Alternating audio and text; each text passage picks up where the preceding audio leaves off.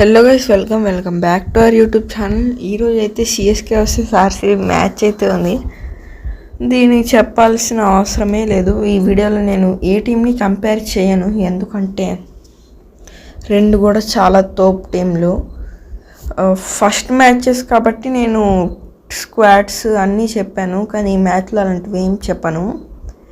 ఎక్స్పెక్టేషన్స్కి ఏమాత్రం తగ్గదని నేనైతే ఎక్స్పెక్ట్ చేస్తున్నాను. ఫేస్ ఆఫ్ గురించి వస్తే పక్కా చెప్తున్నాను, కునాల్ పాండ్యా, శివం దుబే పేలిపోద్ది అనమాట.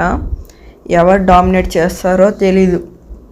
కునాల్ పాండ్యా ఫామ్లో ఉన్నాడు, శివం దుబే హిట్టర్ దుబే అనమాట. సిక్స్ హిట్టింగ్ మిషన్ అనమాట శివం దుబే అయితే. ఈ రెండు టీమ్స్ మాత్రం క్లాస్గా ఉంటే పిచ్చ మాస్ చూపిస్తారు.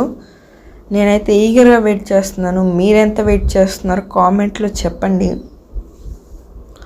మీ బెస్ట్ ఫేస్ ఆఫ్ ఏదో కూడా కామెంట్ చేయండి, ఎందుకంటే నేను తెలుసుకుంటాను మీరు ఏ కాంబో కోసం వెయిట్ అయితే చేస్తున్నారో.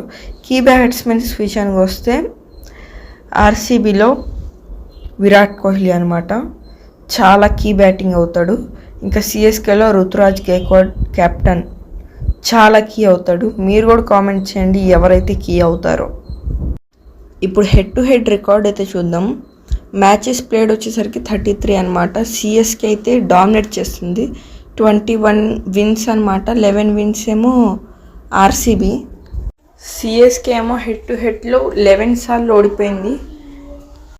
అదే ఆర్సీబీ అయితే 21 టైమ్స్ అయితే ఓడిపోయింది. నో రిజల్ట్ అనమాట. అదంటే వర్షం పడో మ్యాచ్ అలా ఇస్తారు కదా, అదనమాట. ఇంకా highest score head to head మ్యాచ్లో ఎవరైతే హయ్యెస్ట్ స్కోర్ కొట్టారంటే, హయ్యెస్ట్ స్కోర్ ఆర్సీబీది అయితే 218 అనమాట. అదే సిఎస్కేది అయితే 226. ఇంకా లోయెస్ట్ స్కోర్ 70 ఆర్సీబీ అనమాట. బెంగళూరు 70 ఆర్సీబీ స్కోర్ చేస్తే, ఏదో ఒక మ్యాచ్లో లోయెస్ట్ స్కోర్ సిఎస్కేది అయితే 82 అనమాట. కానీ మొత్తానికి మార్చేసిందనమాట. లాస్ట్ ఇయర్ది 200 కొట్టాలి, కానీ 200 కూడా కొట్టలేకపోయారనమాట సిఎస్కే. మ్యాచ్ మొత్తం మారిపోయింది. దీంతో మ్యాచ్కి లింక్ ఏమి ఉండదు, నేను చెప్తున్నాను కాబట్టి. అదే నేను అనుకుంటున్నాను, దీనివల్ల మ్యాచ్ ఏం లింక్ అవ్వదు. ఇది పాస్ట్ ఈజ్ పాస్ట్. ఇంకోటి చూద్దాం మనం. Most runs in CSK versus RCB IPL matches. Virat Kohli 32 innings, 1053 with the average 37, strike rate 126 అనమాట. It's okay.